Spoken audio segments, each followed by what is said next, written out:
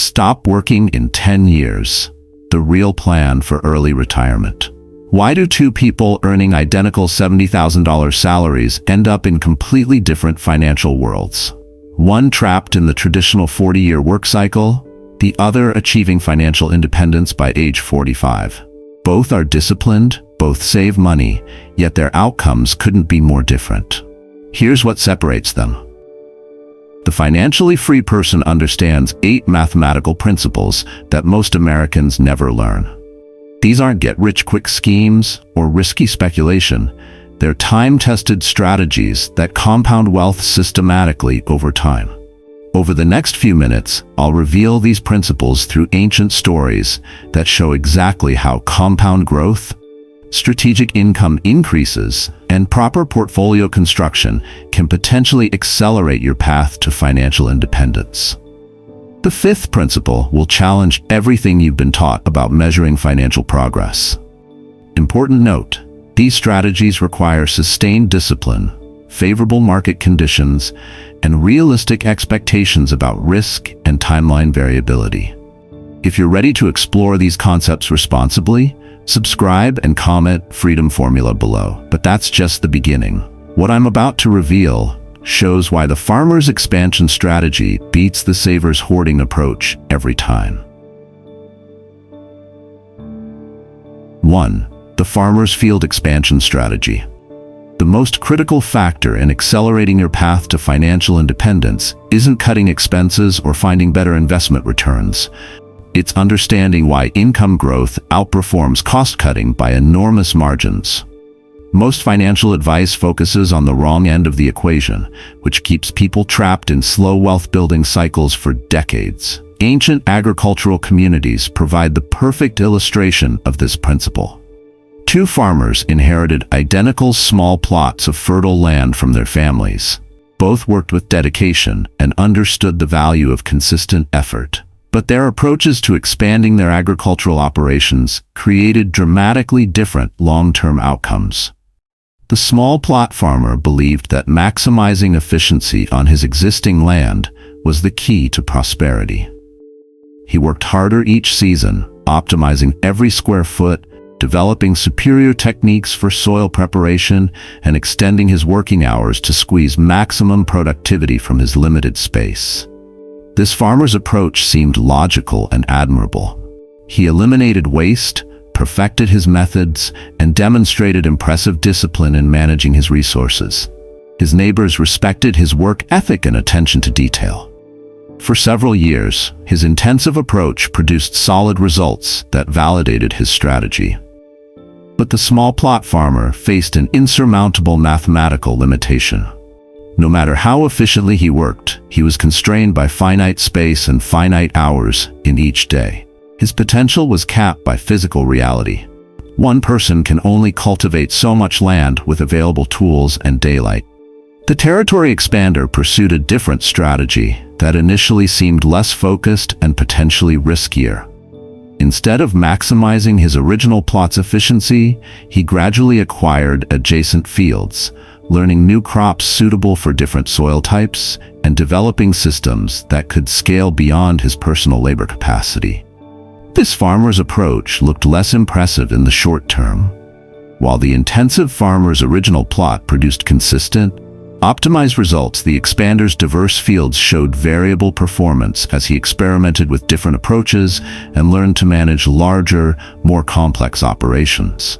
But over time, the mathematical advantages became undeniable.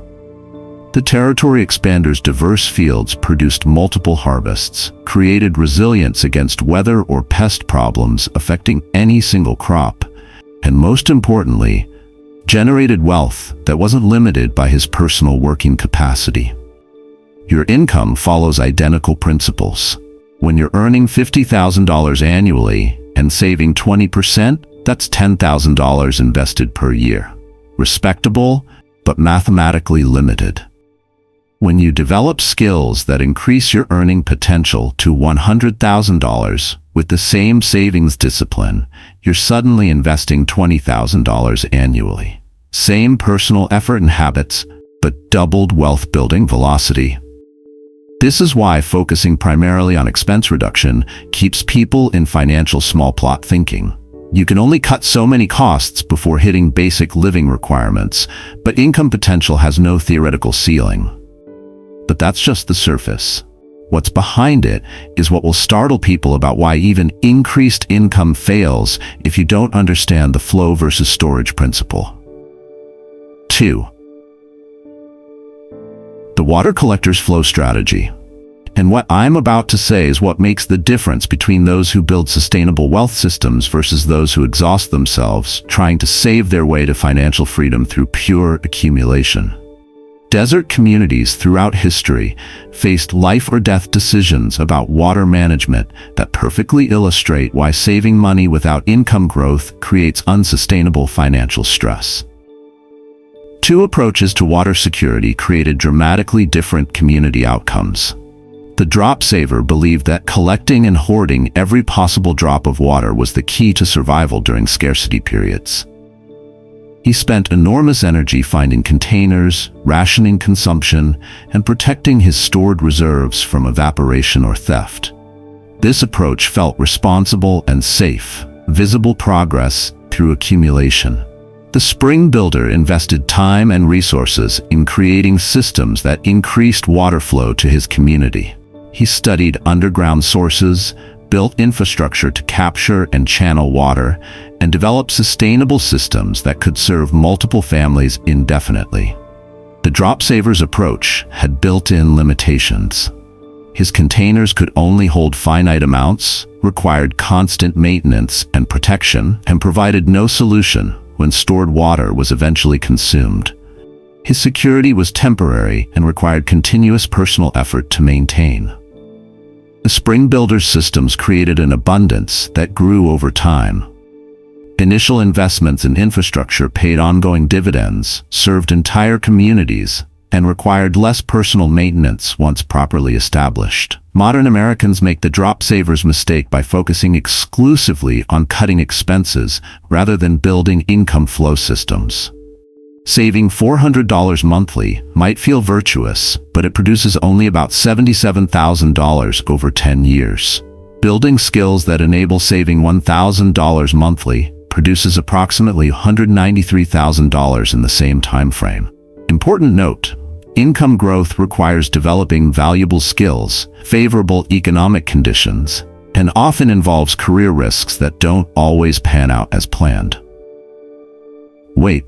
There's something you need to pay attention to if you don't want to lose everything you're building through these first two principles.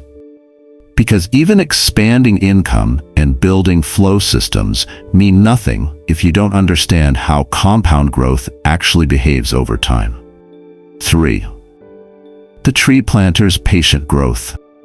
Don't jump to conclusions, because what comes next can change your perspective completely about why most people abandon their wealth-building efforts right before compound growth reaches its most powerful phase. Understanding the mathematics of exponential growth versus linear thinking determines whether you'll achieve financial independence or work until traditional retirement age. Forest management provides a perfect metaphor for understanding compound growth that reveals why early progress feels discouraging, while later stages seem almost magical. Two land stewards inherited identical parcels of cleared land and decided to create value through different agricultural strategies.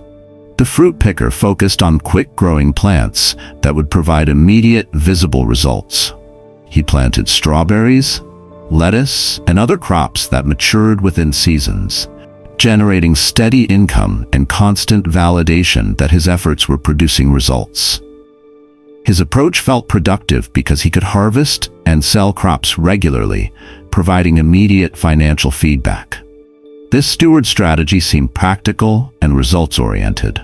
While others waited years for uncertain outcomes, he was generating tangible profits season after season. His neighbors could see his success, his income was predictable, and his efforts produced consistent validation. But the fruit picker's harvest potential remained mathematically limited. No matter how efficiently he worked, annual crops could only produce certain yields within fixed growing seasons. His income stayed relatively flat over the decades despite increased experience and effort. The oak planter pursued a strategy that looked painfully slow and potentially pointless to outside observers. He planted oak saplings that would take years to show meaningful growth and decades to reach maturity. For the first 5 years, his land looked almost empty compared to his neighbors' abundant seasonal harvests. This planter endured years of doubt, criticism, and minimal visible progress. Friends questioned his strategy, pointing to the fruit picker's obvious success and immediate profits. The oak planter's approach required faith in mathematical principles that weren't immediately observable, but compound growth in forestry follows the same mathematical laws that govern investment returns. The Rule of 72 demonstrates this principle.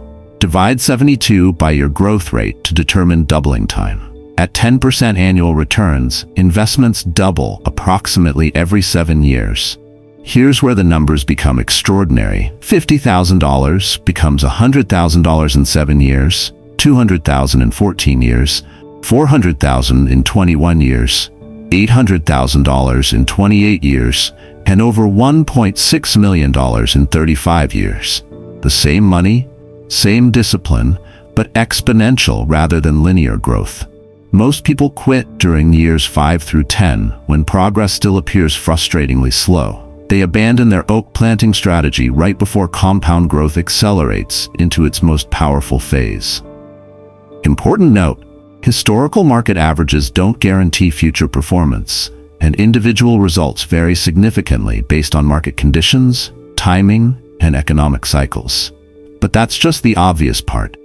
What I'm about to say is what makes the difference between people who build resilient wealth versus those who lose everything during inevitable market downturns. 4. The Village Builder's 3 Foundations. And it's in the next section that many people make mistakes without even knowing it. They understand compound growth, but still lose wealth by concentrating all their resources in single asset types that can't weather various economic storms. Community planning throughout history reveals why diversification isn't just about reducing risk. It's about creating sustainable systems that thrive under different conditions. 2 community planners faced identical opportunities to build prosperous settlements, but their approaches to infrastructure created vastly different outcomes. The single structure builder believed that focusing all resources on one type of building would maximize efficiency and expertise. If workshops were most profitable, he built only workshops. If residential properties showed high demand, he constructed only housing. This approach seemed logical. Concentrate resources where returns appeared highest. This builder's communities looked impressive during favorable conditions. When his chosen sector was thriving, his settlements prospered dramatically. Specialists developed deep expertise, costs stayed low through economies of scale, and profits appeared maximized through focused investment. But when economic conditions changed, which they inevitably did, single-structure communities faced catastrophic vulnerability. Industrial shifts, natural disasters, or political changes could destroy entire settlements that depended on one economic foundation. The balanced city planner created communities with 3 distinct but interconnected districts. The growth district housed workshops, manufacturing, and innovation centers that could expand wealth over time.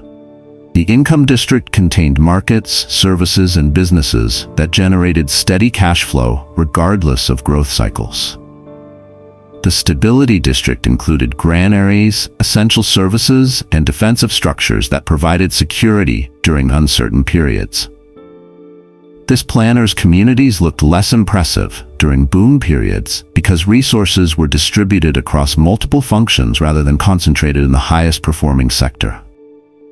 Critics argued that diversification reduced potential maximum returns, but balanced cities weathered economic storms, adapted to changing conditions, and sustained prosperity across multiple generations. When individual sectors declined, other districts supported the community until recovery occurred.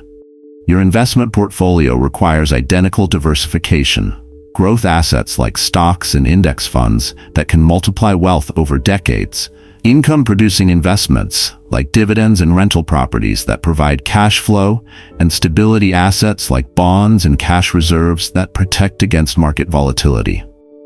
Important disclaimer: diversification reduces but doesn't eliminate investment risk, and even balanced portfolios can experience significant losses during severe market downturns.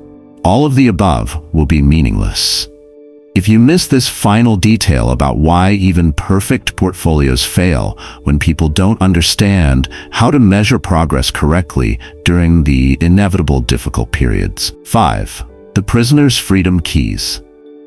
You think you've understood everything? There's a detail that few people notice, but it's extremely important.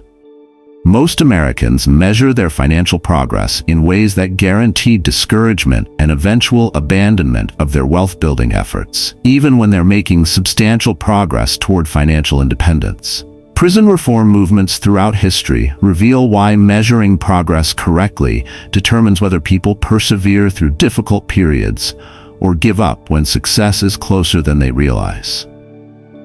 Two prisoners serving identical sentences approached their incarceration with completely different psychological frameworks that created vastly different experiences. The cell counter measured his progress by obsessing over the total sentence remaining. Each day, he would calculate how many years, months, and days he still had to serve, feeling overwhelmed by the enormity of time stretching ahead. This prisoner saw only an endless corridor of imprisonment, making each day feel hopeless and interminable. The cell counter's approach seemed logical. Tracking progress toward ultimate freedom should provide motivation and clear benchmarks. But psychologically, this method created constant despair because the total remaining time always appeared impossibly long, especially during the early years of his sentence. The freedom calculator approached his situation with completely different metrics. Instead of measuring time remaining, he tracked specific liberties he was earning through good behavior, education programs, and skill development. He celebrated earning yard privileges, library access, vocational training opportunities, and work release programs. This prisoner understood that freedom wasn't binary. You're either completely free or completely imprisoned. Instead, he recognized that liberty existed on a spectrum, and partial freedoms had genuine value that made life progressively better even before complete release. When the freedom calculator earned the right to work outside the prison 2 days per week, he celebrated that 28% of his time was now truly free. When educational programs allowed him to spend 4 hours daily in productive learning rather than cell confinement, he recognized that portion of his life had been reclaimed. Your financial progress requires the same psychological framework. If your annual expenses are $60,000 and your investments generate $6,000 annually, you're not nowhere near retirement. You're 10% financially free. That represents permanent liberation from 1 full day of work per week, bought and paid for by your capital. This perspective transforms discouraging account balances into meaningful progress markers. Instead of seeing $100,000 as not even close to your $1.5 million target, you recognize that you've already purchased partial freedom that compounds daily without your continued labor. Important reality check. Market volatility means your freedom percentage will fluctuate, and economic downturns can temporarily reduce your progress measurements. But that's just the surface. What's behind it is what will startle people about why even growing portfolios lose purchasing power if you ignore the silent wealth destroyer working against every investor. 6. The merchant's currency shield. And what I'm about to say is what makes the difference between those who build wealth that maintains purchasing power versus those who discover too late that their successful investing actually lost ground to inflation over decades. Ancient trading empires faced currency devaluation that perfectly mirrors how inflation silently destroys modern retirement plans. Two merchants accumulated identical amounts of gold, but employed different strategies for preserving long-term purchasing power. the static hoarder felt secure by saving the same amount of gold each year, perhaps 100 pieces annually, believing that consistent accumulation would guarantee future prosperity. This approach felt disciplined and mathematically sound. His gold reserves grew predictably, and he could see tangible progress through simple addition. But the static hoarder failed to account for currency devaluation occurring throughout the kingdom. As the royal mint produced more currency and prices gradually increased, his fixed gold deposits maintained their nominal value while losing purchasing power annually. The adaptive trader understood that maintaining wealth required growing his savings rate to match currency debasement. If prices increased 3% annually throughout the kingdom, he increased his gold deposits by at least 3% each year to preserve real purchasing power. This merchant's approach seemed more complicated and potentially unnecessary during periods when inflation appeared minimal. Critics argued that increasing deposits by small percentages made little practical difference and created unnecessary complexity. But mathematical reality proved the adaptive trader's wisdom. After 20 years, the static hoarder's gold could purchase significantly fewer goods and services despite impressive nominal accumulation. The adaptive trader's growing deposits had maintained and increased real buying power throughout the same period. Modern inflation works identically. If you invest $12,000 annually at 7% returns, but inflation runs 3% annually, your real returns are approximately 4%. Maintaining static contribution amounts means your purchasing power erodes over time despite impressive nominal account growth. The solution involves automatically increasing contributions annually by at least the inflation rate plus 1 to 2%. If you're investing $1,000 monthly this year, target $1,030 next month. This feels minimal monthly, but compounds significantly over decades. Important note, increasing contributions assumes stable or growing income, which isn't guaranteed during economic downturns or career disruptions. I'll tell you something that many people regret for the rest of their lives, just because they didn't realize it in time. The final two principles determine whether your growing wealth actually provides the financial independence you're working toward. 7. The bridge builder's load calculation. All of the above will be meaningless if you miss this final detail that determines whether your accumulated wealth actually supports the lifestyle you want without requiring continued employment. Most Americans have no mathematical framework for determining when they've saved enough to achieve genuine financial independence. Ancient engineering provides the perfect metaphor for understanding retirement calculations that separate those who achieve sustainable freedom from those who run out of money despite years of diligent saving. Two bridge builders were commissioned to span identical rivers, but their approaches to load calculation created dramatically different long-term outcomes. The guessing builder relied on intuition and rough estimates when designing his structures. He observed typical traffic patterns, made educated guesses about maximum weight requirements, and built bridges that seemed adequate for normal conditions. His approach felt practical and cost-effective, since precise calculations required additional time and engineering expertise. This builder's bridges looked impressive and initially functioned well during typical usage periods. Merchants crossed safely with normal cargo loads, and the community praised his efficient construction methods. His structures met immediate needs and appeared to validate his intuitive approach. But the guessing builder structures failed catastrophically when unexpected loads exceeded his rough estimates. Heavy cargo during harvest seasons, military equipment during conflicts, or emergency evacuations created stresses he hadn't anticipated. The bridge collapse killed travelers and destroyed community trust in his engineering abilities. The mathematical engineer calculated exact load requirements using proven formulas. He determined that bridges needed to support 25 times the heaviest expected regular cargo to ensure safety during extreme conditions. This approach seemed excessive and unnecessarily expensive to cost-conscious community leaders. The mathematical engineer's bridges appeared overbuilt compared to his competitors' seemingly adequate structures. Critics argued that such robust construction wasted resources on unlikely scenarios that might never occur.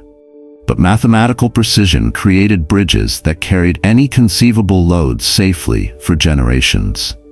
When unexpected demands arose, these structures performed flawlessly, building community confidence and establishing the engineer's reputation for reliable results. Your retirement calculations require identical mathematical precision. The 25x rule provides this framework. Multiply your annual living expenses by 25 to determine your financial independence target. This calculation assumes a 4% safe withdrawal rate that historically preserves capital indefinitely. If your lifestyle requires $60,000 annually, your retirement target becomes $1.5 million. At 4% withdrawal rates, that portfolio generates $60,000 yearly without depleting principal, creating a financial bridge that supports your lifestyle permanently. Important reality: the 4% rule assumes historical market averages and may not apply during extended bear markets or periods of high inflation. Many financial advisors now recommend 3 to 3.5% withdrawal rates for early retirees. But that's just the surface. What's behind it is what will startle people about why even people with correct targets still fail to achieve financial independence. 8. The mountain climber's summit vision.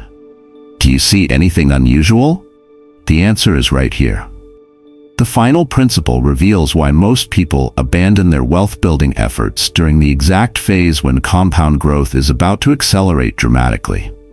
Alpine exploration throughout history demonstrates why understanding psychological phases determines whether climbers reach summits or turn back when success is closest. Two mountaineers attempted identical peaks, but approached the inevitable difficult middle sections with different mental frameworks. The valley quitter started climbing enthusiastically, motivated by dreams of summit success and initial progress up gentle lower slopes. But when terrain became steep and progress slowed dramatically, he interpreted difficulty as evidence that the summit was impossibly distant or that he lacked necessary abilities. This climber's decision to retreat seemed rational based on his immediate experience. The summit appeared unreachably far above. Each step required enormous effort for minimal altitude gain, and continuing seemed like prolonging inevitable failure. The peak perseverer understood something crucial about mountain psychology. Peaks always look tallest and most impossible from valley perspectives, while final approaches often move fastest when accumulated effort reaches tipping points. This climber recognized that the steepest, most discouraging sections typically preceded the final push to summit success. Instead of interpreting difficulty as evidence of impossibility, he understood it as confirmation that he was approaching the zone where sustained effort would produce exponential results. Financial independence follows identical psychological patterns. Most people quit during years 5 to 10, when account growth still appears frustratingly linear. They abandon their strategies right before compound interest reaches its most powerful acceleration phase. Those who persist through the financial valley of death discover that later stages produce almost automatic wealth growth. The same discipline that generated modest early results creates exponential progress once mathematical principles reach critical mass. Important caution: this metaphor shouldn't encourage ignoring realistic assessments of your strategy's viability. Some financial approaches genuinely don't work, and persistence without course correction can be counterproductive. The difference lies in understanding whether you're experiencing normal compound growth delays or fundamental strategy failures, a distinction that requires honest evaluation of your specific circumstances and market conditions. These 8 principles: income expansion, flow systems, compound patience, portfolio diversification, progress measurement, inflation protection, mathematical targets, and persistence through difficult phases, can potentially accelerate wealth building when applied consistently over time. However, early retirement requires realistic expectations about significant challenges. Sustained high-income growth, favorable market conditions over decades, disciplined lifestyle management, and the ability to weather inevitable economic downturns. Individual results vary dramatically based on career paths, market timing, health issues, and economic conditions beyond your control. The principles themselves are mathematically sound, but achieving financial independence in 10 to 15 years demands exceptional circumstances that aren't available to everyone. Most people should plan for longer timelines while applying these concepts to improve their financial trajectory. Which principle resonates most with your current situation? Share your realistic timeline goals in the comments and subscribe for content that balances optimism with practical financial planning. Your financial future improves through understanding these concepts, but remember that sustainable wealth building typically requires patience, multiple backup plans, and realistic expectations about both opportunities and obstacles.